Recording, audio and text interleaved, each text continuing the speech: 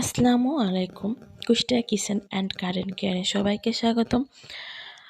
আজকে আমি দেখাবো একটি সাধারণ কেক রেসিপি। একেবারে সাধারণ বলতে একেবারেই সাধারণ, মানে বাড়িতে থাকা কিছু উপকরণ দিয়ে আমি এটা বানাবো মাটির চুলাতে। আপনারা চাইলে এভাবে বানাতে পারেন। আমার কেকটা আমি দেখেন খুব সুন্দর হয়েছে এবং কেকটা অনেক নরমও হয়েছে। আর এই কেকটা বানাতে যা যা লাগবে সেগুলো তো আমি বলে দেব।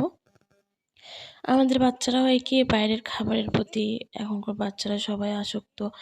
এরা বাইরের খাবার ছাড়া কিছুই বোঝে না, তার থেকে নিজে বানানোই ভালো। এখন আমি এখানে যা যা নিয়েছি, 2টা ডিম নিয়েছি, আর নিয়েছি একটা বাটি আর একটা চালনি, আর নিয়েছি চিনি। আমি চিনিটাকে এভাবে ব্লেন্ড করে নিয়েছি। আর নিয়েছি আমি ভ্যানিলা এসেন্স ফ্লেভার। এবার দেব।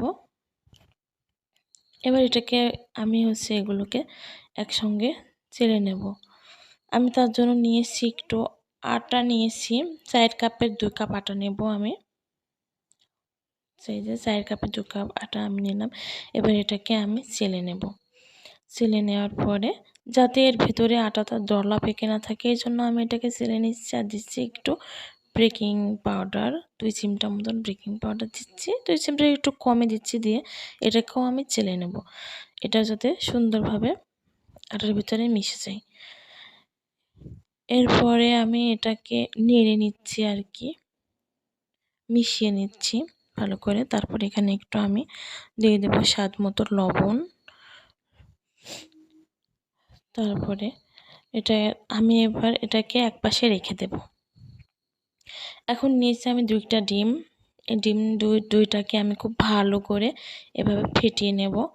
এটাই কেক বানানোর প্রধান আর কি। এটা কেকের এই ডিমটাকে এগুলোকে খুব ভালোভাবে যেগুলো মিক্সড করতে হবে, এটা খুব ভালো করে করতে হবে।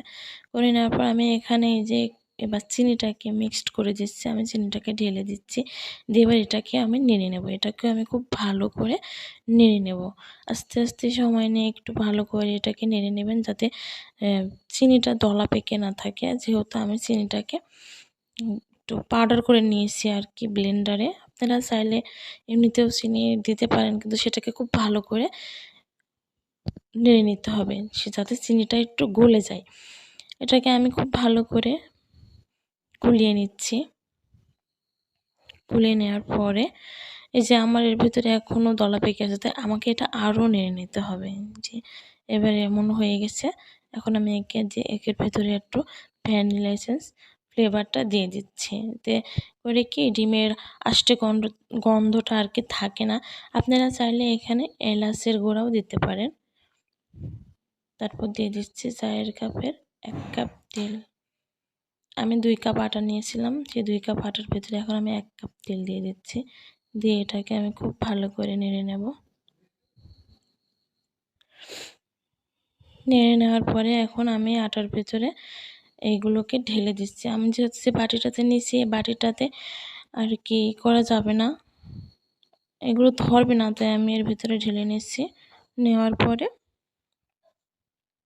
আমি এর ভিতরে একটু দুধ অ্যাড করে দেবো। এটা আমার স্কিপ হয়ে গেছে। দুধ অ্যাড করে দেওয়ার পরে আমি এখানে এই যে পাত্রটার ভিতরে এটাকে ঢেলে নিয়েছি। এই পাত্রটার নিচে আমি একটা কাগজ তেল ব্রাশ করে আগের থেকে দিয়ে দিয়েছিলাম। দিয়ে এখন আমি এটাকে ঢেলে নিয়েছি।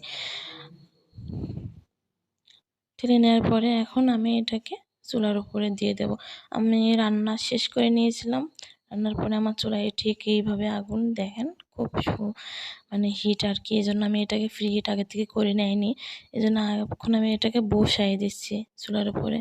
বসে দিয়ে এইভাবে একটা বাটি দিয়ে এটাকে জাস্ট ঢেকে দিচ্ছি। ঢেকে দেওয়ার আমার একটু সময় লেগেছিল কেকটা ব্রেক হতে। এই যে প্রায় 45 মিনিট বা 50 মিনিট এরকম সময় আমার লেগেছিল। অনেকের হয়তো কম সময়ও লাগতে পারে। এই যে আমার কেকটা এখন ব্রেক হয়ে গেছে। আমি এখন এটাকে নামিয়ে নিচ্ছি।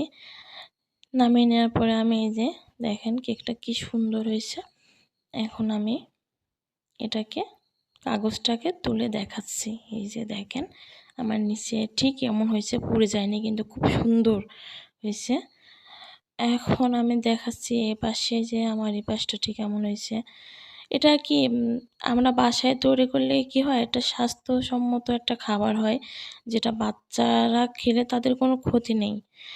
কিন্তু দোকানে যেগুলো আর কি বিক্রি হয় সেগুলো কোথায় কিভাবে তৈরি হচ্ছে, খোলাগুলো যেগুলো আর কি, প্যাকেটের কথা বলছি না, সেগুলো কিভাবে তৈরি হচ্ছে আমরা তো জানি না। কিন্তু বাচ্চারা তো এটা খুব পছন্দ করে। এভাবে যদি সাধারণভাবে বানানো যায় তো বাচ্চারা খুব ভালো মতন খেতে পারে আর কি, এতে তাদের ক্ষতি হয় না। আমার দেখেন কেকটা অনেক মানে সুন্দর হয়েছে আর কি, নরম হয়েছে। এভাবে আপনারা বাসায় এটাকে বানিয়ে নিতে পারেন। আমি সবগুলো কেকগুলোকে এইভাবে যে কেটে দেখাচ্ছি। আর এরপর যে বলি, আমার ভিডিওটি যদি সবার ভালো লেগে থাকে তাহলে লাইক এবং কমেন্টস করবেন এবং আমার চ্যানেলটিকে সাবস্ক্রাইব করে দেবেন। আসসালামু আলাইকুম, সবাই ভালো থাকবেন। আশা করি সবসময়